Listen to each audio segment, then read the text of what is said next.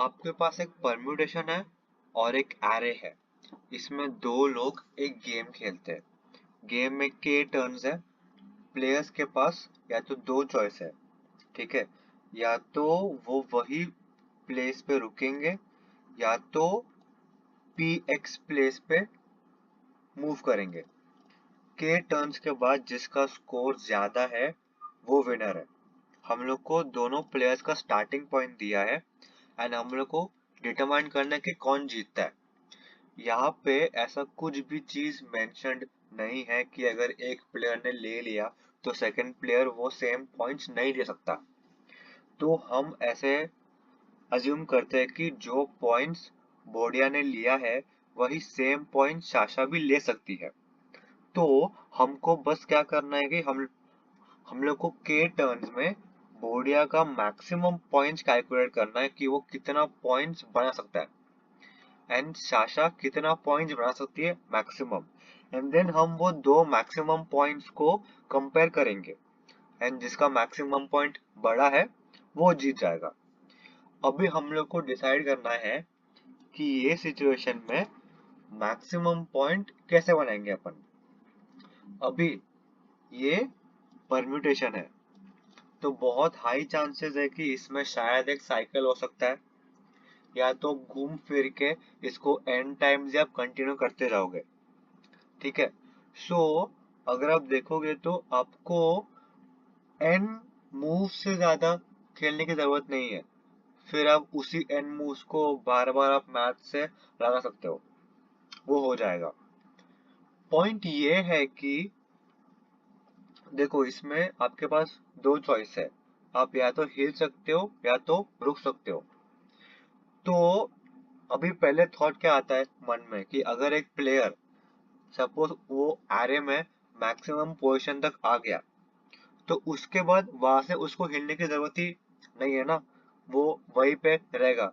तो उसको every move के लिए मैक्सिमम मिल जाएगा।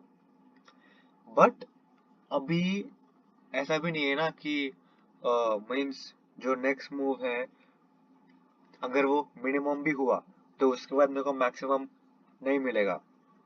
या तो मेरे को यही प्लेस पे रुकना चाहिए। तो इसमें बहुत सारे कॉम्बिनेशंस बनेंगे।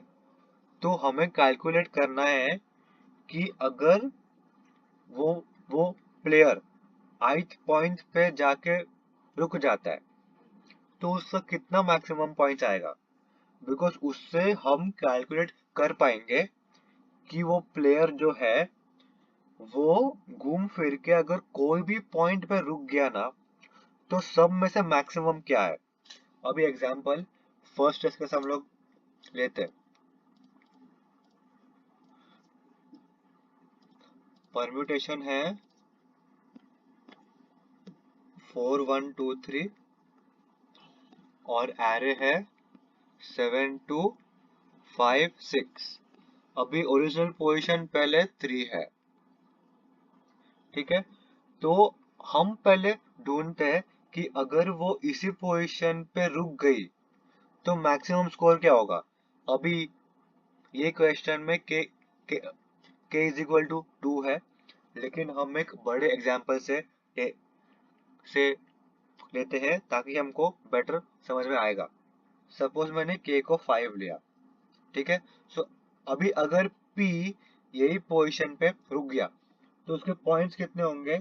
एक तो 5 होगा एंड देन बचे 4 ऑपरेशन का उसको 5 मिलेगा।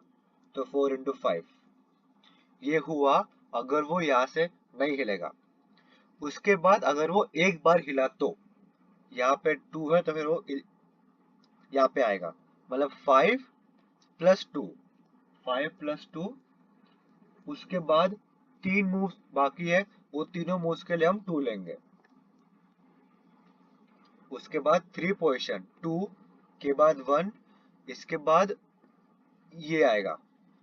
तो इसका आंसर होगा 5 + 2 + 7 एंड बचे हुए दो ऑपरेशन में दोनों 7 एंड लास्ट होगा।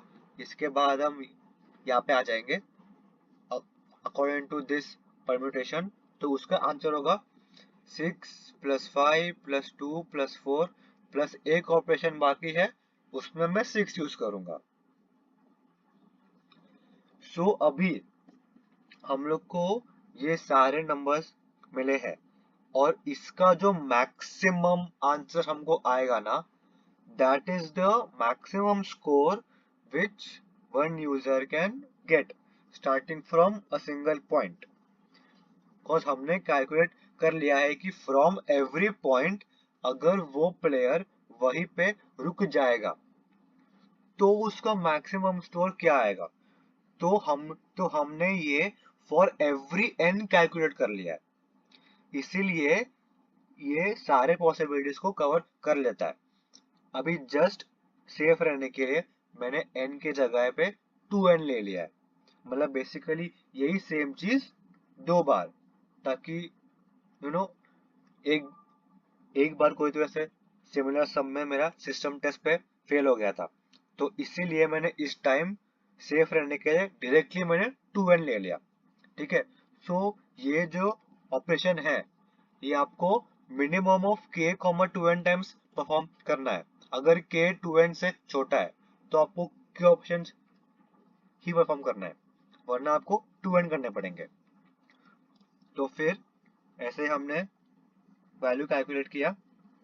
आंसर 1 में फर्स्ट प्लेयर का आंसर बनता है, तो मेरा फर्स्ट वैल्यू है ये पोजीशन इंटू के और ये उसका सम है, मीन्स टोटल।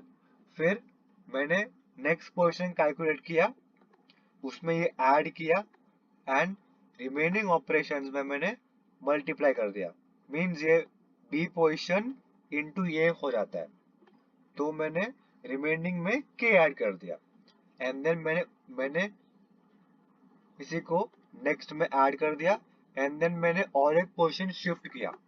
तो मेरे को एक इटरेशन में आंसर 1 ऑफ आई में मेरे को मिलता है कि अगर मैं आई स्वैप्स करूं, मतलब अगर मैं आई टाइम्स हिलूं तो मैं कौन से पोजीशन पे लास्ट आऊंगा एंड देन वहां का मैक्सिमम सम मेरे को आंसर 1 ऑफ आई में मिलेगा।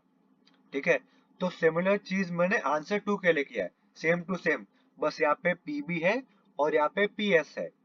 ठीक है, फिर दोनों का जो मैक्सिमम आएगा, आंसर 1 का मैक्सिमम पहले वाले का स्कोर है, आंसर 2 का मैक्सिमम सेकंड वाले का स्कोर है, एंड देन दोनों को अगर मैं कंपेयर करूं तो मेरे को फाइनल रिजल्ट मिल जाता है।